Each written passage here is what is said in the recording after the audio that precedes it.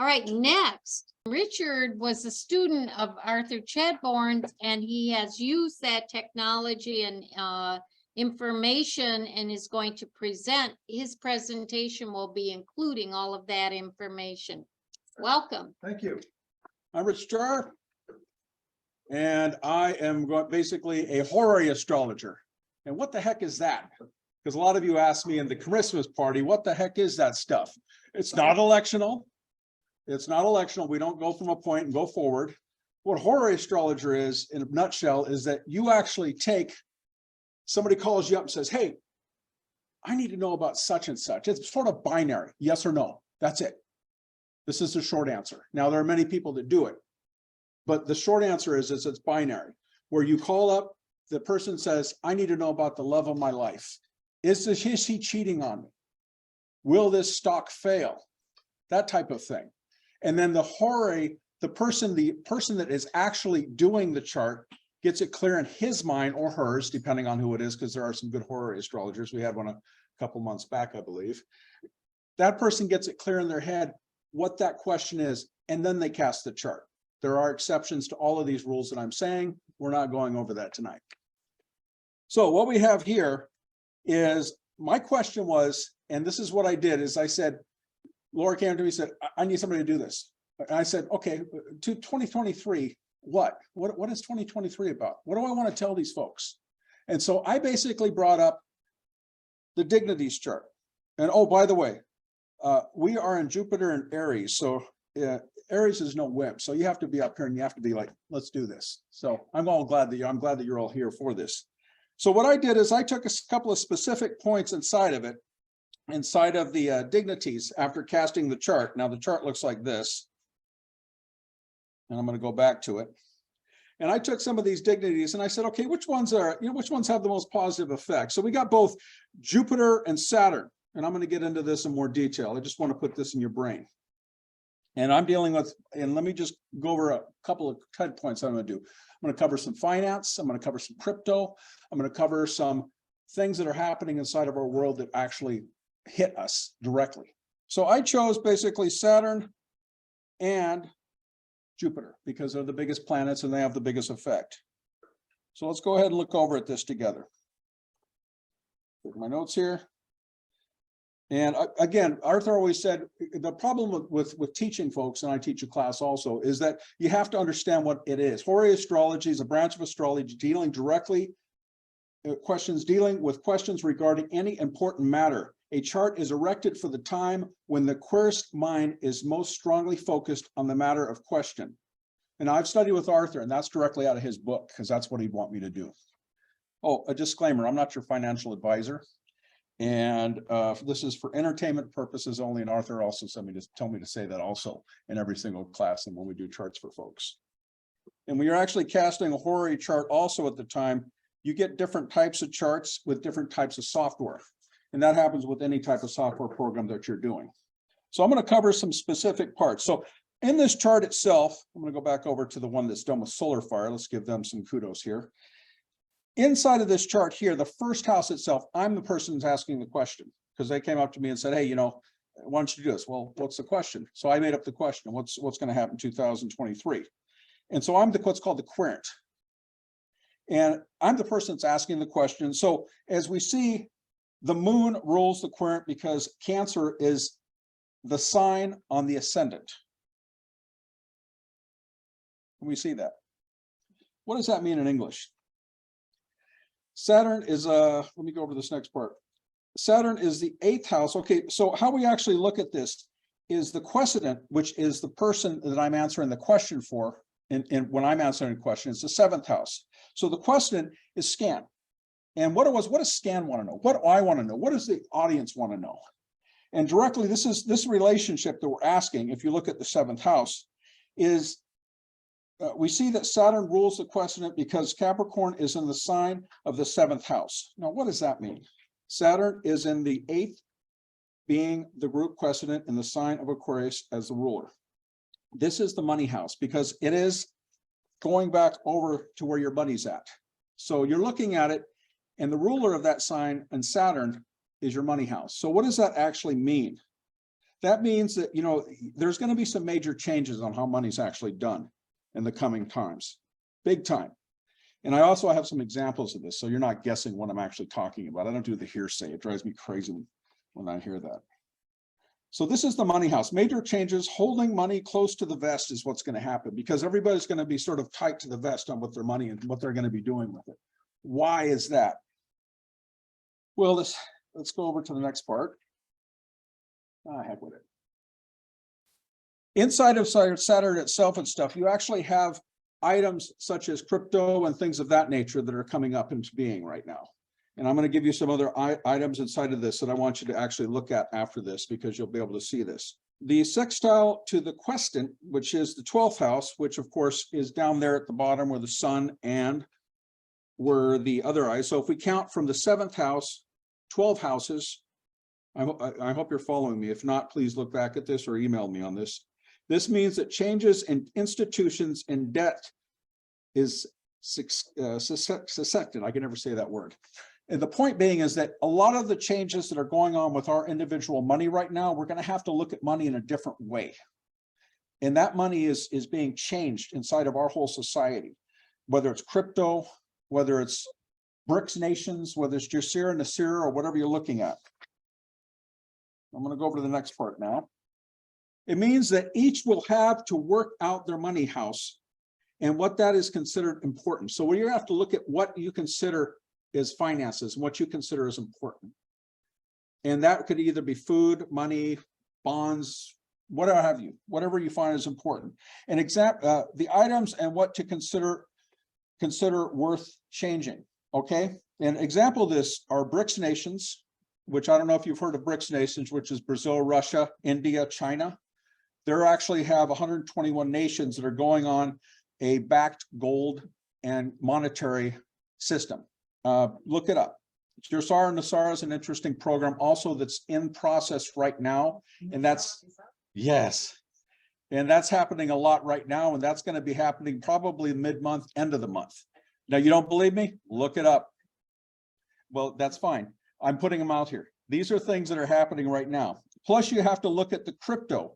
You had 121 things created in 2018 that were crypto things, FTX being one of them. And that was in 2018. Now in 2023, those 121s are now gone. They're history. I'm going to get that admit right now for that person. It's a little bit more than that. I think it's 175. But these are the ones that I actually found that were relevant. The other ones, they're gone. So you have to consider what is wealth. You know, you have to consider what is this wealth going to mean to me in 5 to 10 years? What is this wealth going to mean to me next month? We already know crypto's bottom dropped out, and a lot of the cryptos that were there are gone. So under the Saturn square Uranus is when that happened in November, when you really saw it. Oh yeah. Bottom out. Now, the way you can look at it, and again, I'm not your financial advisor, is that if you have them over a year, you can look at it maybe as a loss. Think about it. Ask your tax person. I'm not your tax person, so I got to make sure that disclaimer's on there. We can look at the first house in Pluto as being a time of changes, unforeseen changes. You see that first house? Now, that's the 7th house because I'm talking about scan, right? When we derivate the houses to the 7th house, which is the person I'm talking about.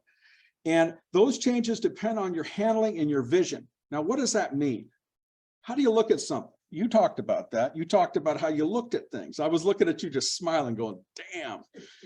So we're on the same sheet of music. It's how you look at things. Is this a piece of food or is this a piece of money? Because, you know, when a person's hungry, that food, you know, that McDonald's hamburger will be $50. There's going to be some big changes in the food thing. And I'm going to bring that up very soon here. So my mentor, Arthyr Chadbourne, always said, only use the 7 planets in Horary unless they are famous. Well, I brought up Pluto because it's famous. You know, this is a famous time that's going on now. And these are something you should consider. All right. We take the 7th house, 9th house, Quesited. Okay, here's the next one. We take the 7th house scan, and I'm doing it this way because I know that a lot of you will look back at this and say, this is Horary, I don't get it. And again, there's a lot of teachers out there that do Horary, they do them different ways. I'm going to give you 2. Arthyr did it one way. Alfie Lavoie, who's 50 years old plus, has done it another way. And there are many other ones inside of there. Oh, I know who he is, and you know who he is too. But I like him. He does some good stuff. So, but he teaches it differently. And so when you're going back to look at this, just look at it for what it is. I'm going to read what I did because I did a lot of research on this to make sure that we had this. We take the 7th, which is scan, and look in at the 9th house of the Quesited 3rd house. So 9th house, we count 3 houses, 7, 8, 9. What do we have in there? We have Jupiter, right? Pisces and Jupiter, Pisces, it's Jupiter ruler. This will be a time of seeing who you are as a person. It's this inner reflection of yourself that you have to look at. Now, what the heck does that mean? Why is somebody, well, that's cliche. No, it's not. And the reason being is that each of us as individuals have to look at themselves to figure out what we're worth and what we feel that we can contribute to ourselves, and then contribute to others in the outside of ourselves. And that's what that 3rd house means. Okay, it's very important you look at that, because there's going to be a lot of changes that are coming up that are going to make you wonder, why am I here? I'll be straight up. A lot of changes coming up that are going to ask that. And you could either, find out what's inside of that heart of yours, or inside of your mind, or hold on to your family. But at the end of the day, you're the person that you have to look in the mirror at and realize that, hey, I can change my mind. I can make things happen. And Pisces is I believe. So that means I believe in what? I believe in myself, and then I believe in everything around me as I want it to be. I believe so that I can conceive what I want. Now, that change will happen in your life if you allow it. Now, let's go to the next part. Now, the food problem. There's a big food thing going on. Now, I looked at this, and then I checked a few other authors, a few other books on this, because I was doing the horary on it. I said, well, what's going on? Well, we know that food is Mercury. It is the quesitant in the 12th house of limitation. So if we go to the 12th house, we see Mercury inside of there, which is actually the 6th house on this chart, which is the 12th house. You go from the 7th, 8th, 9th, 10th, 11th, 12th, around 12 houses. And I'm explaining it more because I know we have some new folks here, and I don't want them to look at it like, what the heck are we looking at? And I know we have some other folks that get this afterwards, and they look at it, what the heck is this? So food, Mercury is food. The Quesited 12th house, it's a house of limitation. All right. It's in the sign of Capricorn, which is I use. So in other words, I use food.